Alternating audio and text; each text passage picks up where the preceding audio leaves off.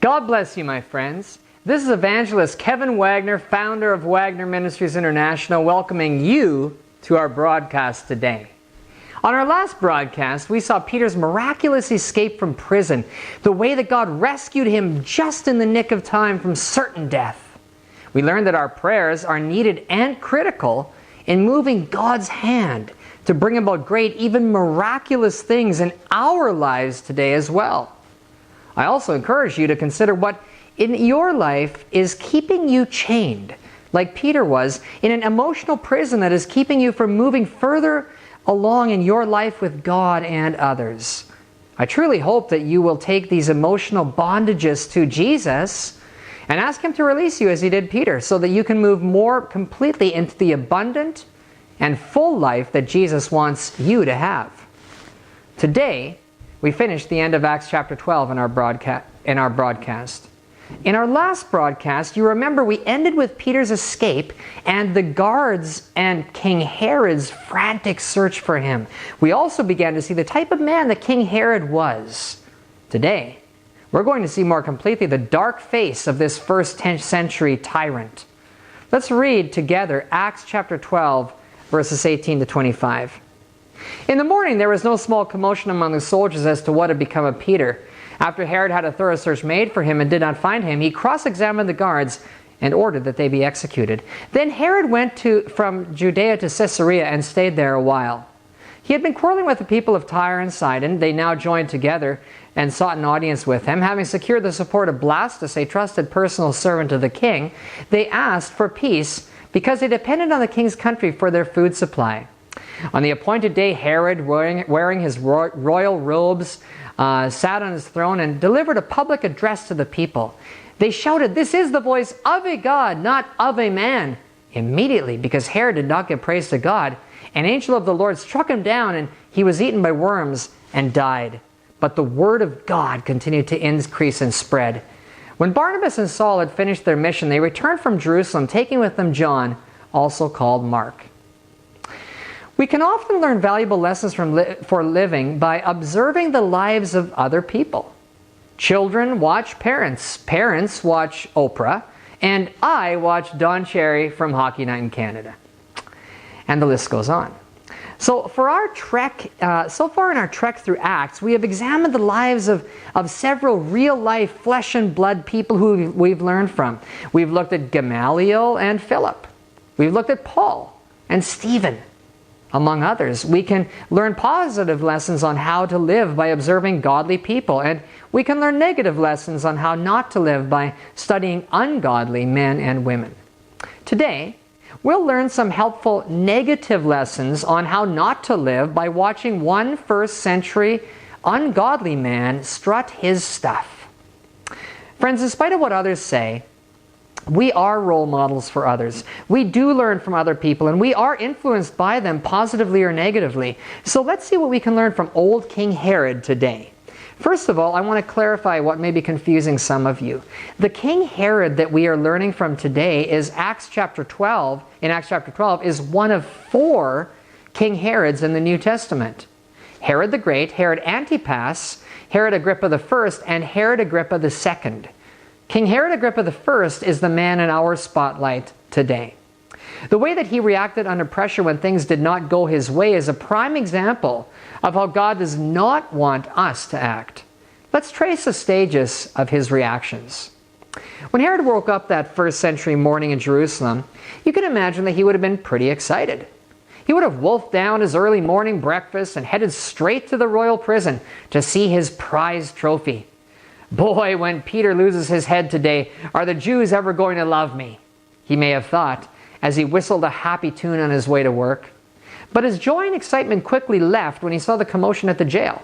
Some very confused guards, completely baffled by what could have happened to Peter, met him.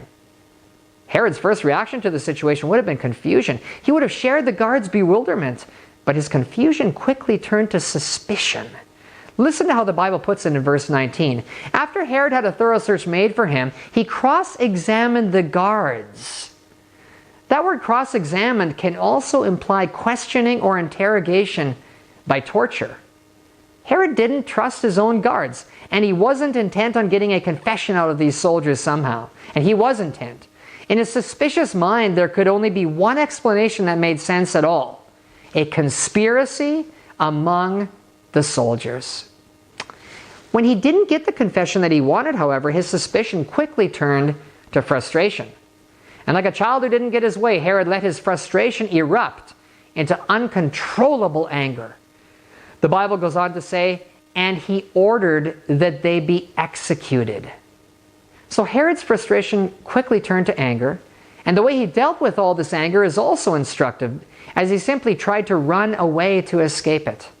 The Bible says, then Herod went from Judea to Caesarea and stayed there a while.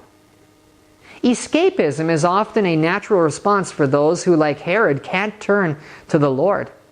Sadly, it's sometimes a response that even Christians use to deal with frustration and anger. Some people flee into drugs and alcohol. Others may run to the embrace of an illicit affair. But the tragic thing about escapism is that when people try this, they are only deceiving themselves when they think that they can outrun their problems. And Herod is no exception. Herod, you see, didn't leave his sinful anger and pride back in Jerusalem. He took it with him. Herod literally became a steaming volcano of anger and negative emotions. And unfortunately for the people of the first century cities of Tyre and Sidon, they were the innocent recipients of his anger, being showered with his molten wrath. Here's how the Bible puts it in verse 20. He had been quarreling with the people of Tyre and Sidon. They now joined together and sought an audience with him. Having secured the support of Blastus, a trusted personal servant of the king, they asked for peace because they depended on the king's country for their food supply. Herod was taking out his anger on the lives of innocent people, trying to prevent them from receiving the much-needed food that they depended on from him. And like the angry husband who comes home from a frustrating day of work, slamming the door, yelling at his wife, and cursing his kids, Herod was hurting innocent people as a result of the undealt with anger that he carried with him. Herod had escaped Jerusalem, but he hadn't escaped his strong, destructive emotions. And finally today we see the end result of all this as Herod's pride surfaced and he mounted the platform of self-exaltation. The people of Tyre and Sidon were not content to innocently suffer. So through cunning political maneuvering, the people pleaded to Herod through one of his close officials to review the situation. Herod agreed to their request, but he made one mistake that would prove to be fatal. Let's find out what that was in verses 21 and 22. On the appointed day, Herod, wearing his royal robes, sat on his throne and delivered a public address to the people. They shouted, "This is the voice of a God, not of a man." The ancient historian, Jewish historian Josephus elaborates on how pompous King Herod prepared himself for that day of public acclaim.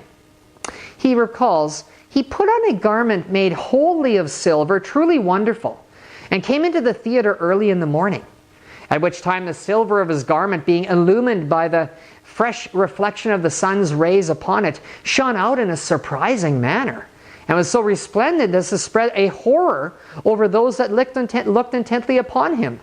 And presently his flatterers cried out, one from one place and another from another, that he was a god. Caught up in his moment of glory and carried away by the heat of the moment, King Herod did something unthinkable. But in keeping with his heart and his character, he accepted the blasphemous praise of the people, praise that ought to have been reserved for God alone. And here is the end result in verse 23. Immediately, because Herod did not give praise to God, an angel of the Lord struck him down, and he was eaten by worms and died. What a horrible death. Josephus again gives us an even more vivid account of Herod's death when he says this: the superstitious king had been taught to believe that an owl was to be the harbinger of his fate. In the midst of the flattering plaudits of the crowd, he saw an owl sitting on the awning of the theater, whereupon he was seized with sudden pains in his belly. He was carried to his palace and died on the 5th day from a loathsome disease. What a tragic end to this man's or any man's life. And yet what a powerful illustration this is of many people today who thrive on fame and power. Like Herod, those who crave the praise and applause of people and are willing to do virtually anything to get it, These people often become victims of the fame and power that they hungered so much after, being themselves consumed by their own pride. Death was the ultimate end in Herod's downward spiral of emotions. But learning from his negative example today can help us avoid making the same mistakes and save us from death and for the abundant and full life that Jesus wants for you and your future. There are at least 3 things that we can learn from today, from Herod's negative example, to help us deal God's way with the often challenging situations that life throws at us. Firstly, we need to trust God's hand in everything. We need to see every situation that we encounter in life as either being caused by God to teach us positive lessons, or if not caused or willed by God, at least situations that God can eventually bring some good out of.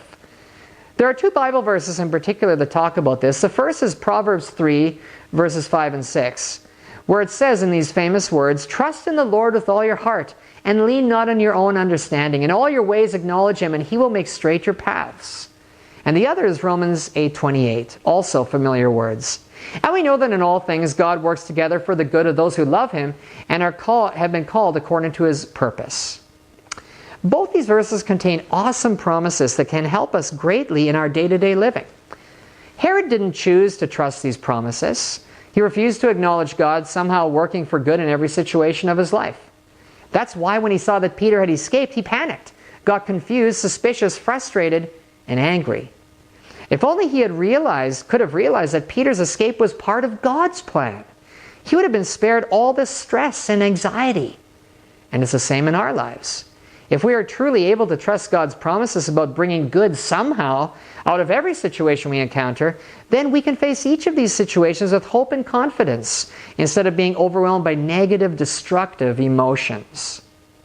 Another thing that we can learn is to handle pride God's way.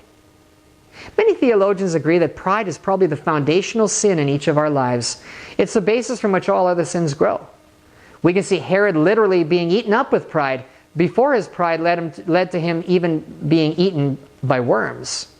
His pride led to his downfall, death, and destruction. By thinking of himself more highly than he ought and gladly receiving praise for himself that should have been reserved only for God.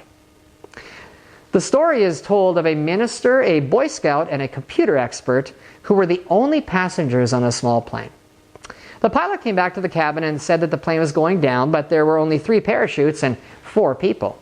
The pilot added, "I should have one of those parachutes because I have a wife and 3 small children." So he took one and jumped. The computer whiz said, "I should have one of the parachutes because I am the smartest man in the world and everyone needs me." So he took one and jumped. The minister turned to the Boy Scout and with a sad smile said, "You're young and I've lived a rich life. So you take the remaining parachute and I'll go down with the plane." The Boy Scout said, "Relax, Reverend. The smartest man in the world just picked up my knapsack and jumped out." Now, we laugh at that story, but each of us has a little or a lot of that computer whiz in us, don't we? The Bible warns us against the negative effects of pride in our lives. 2 verses in particular speak of our problem and God's solution, and they're both from Proverbs. Let's take a look at Proverbs 16, verse 18, where it says, "Pride goes before destruction, and a haughty spirit before a fall." Also, Proverbs 29:23 says, "Pride brings a person low, but the lowly in spirit gain honor."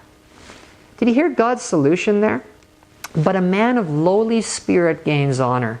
That's how we handle pride God's way.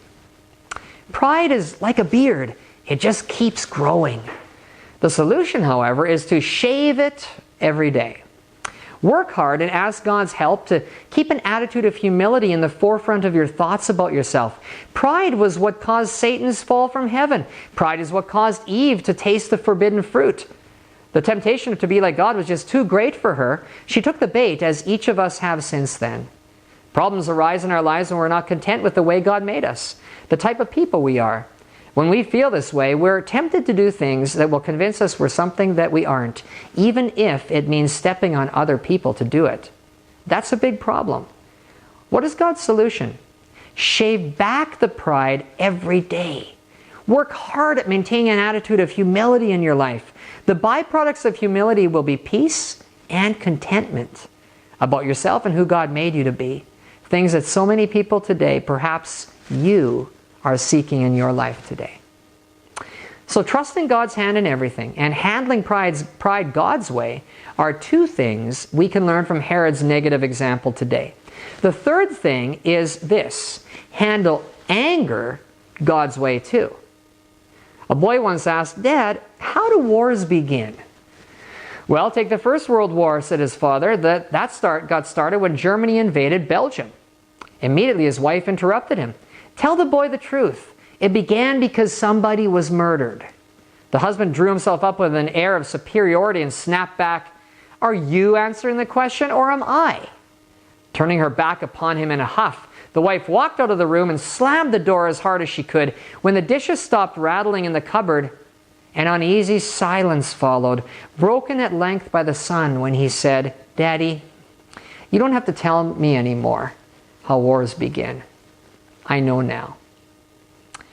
Anger was listed by the ancients, as one of the 7 deadly sins, and for good reason. It consumes the angry person himself, as well as devouring many innocent people along the way. The legacy of Herod's anger in Acts 12 was several dead guards and the innocent population of 2 cities being faced with starvation. And none of us are immune from the effect of this potentially cancerous emotion. So like pride, anger poses a big problem in our everyday lives. But also like pride, the Bible has a practical solution for handling anger God's way. Ephesians 4 verse 26 says, "In your anger do not sin. Do not let the sun go down while you're still angry." God knows us. He knows how you and I function and operate. He made us, after all, so He should know us. And God knows that when we let anger simmer and build up and grow, it can quickly become a very ugly thing, rapidly growing out of our control. By dealing with frustration and anger when it comes up, not bottling it up, but constructively and positively sharing our feelings of frustration with the person we are frustrated with, we can often effectively stop simple frustration from developing destructively into anger. I don't believe that any of us likes the results of anger. That's why God's way of dealing with anger quickly and directly is so effective and helpful. Recognizing when you're getting frustrated with a person, a group of people, or a situation, and exercising self-control by sharing your feelings positively with those involved can often defuse an angry explosion before it ever comes to escalating. And best of all, it can help us not to damage relationships with people that we really do care about. Seeing God's hand in everything and handling both pride and anger God's way are 3 positive lessons we can learn from King Herod's negative example today. Granted, each of us here encounter situations in our lives that are not as simply dealt with as I've described here. But while the grind of daily life may be more complex than what's outlined here on video, it's still true that one of the things that makes God's wisdom so wise is that it helps us deal with complex problems by using simple solutions. And the simple but practical solutions that God gives us in these areas are things that have helped countless people like you and I down through the centuries when we've needed that help the most. And these will help you too. Modern psychology and sociology continue to devise increasingly complex experiments and theories to help us understand ourselves better and arrive at solutions for effectively dealing with conflict in our lives. But it is so very interesting to note that the more complex those experiments and theories become, the closer these findings come to confirming time-honored, simple, biblical truth. May you focus your attention more completely on God's teachings in the Bible for your life today and in the days to come. And as you do, may the Lord bless you in your obedience to Him. As always, my friends, I look so forward to our next broadcast where we will move further into the book of Acts as the Holy Spirit uses His Word to help us walk daily in the power of God. Have a blessed day in Jesus.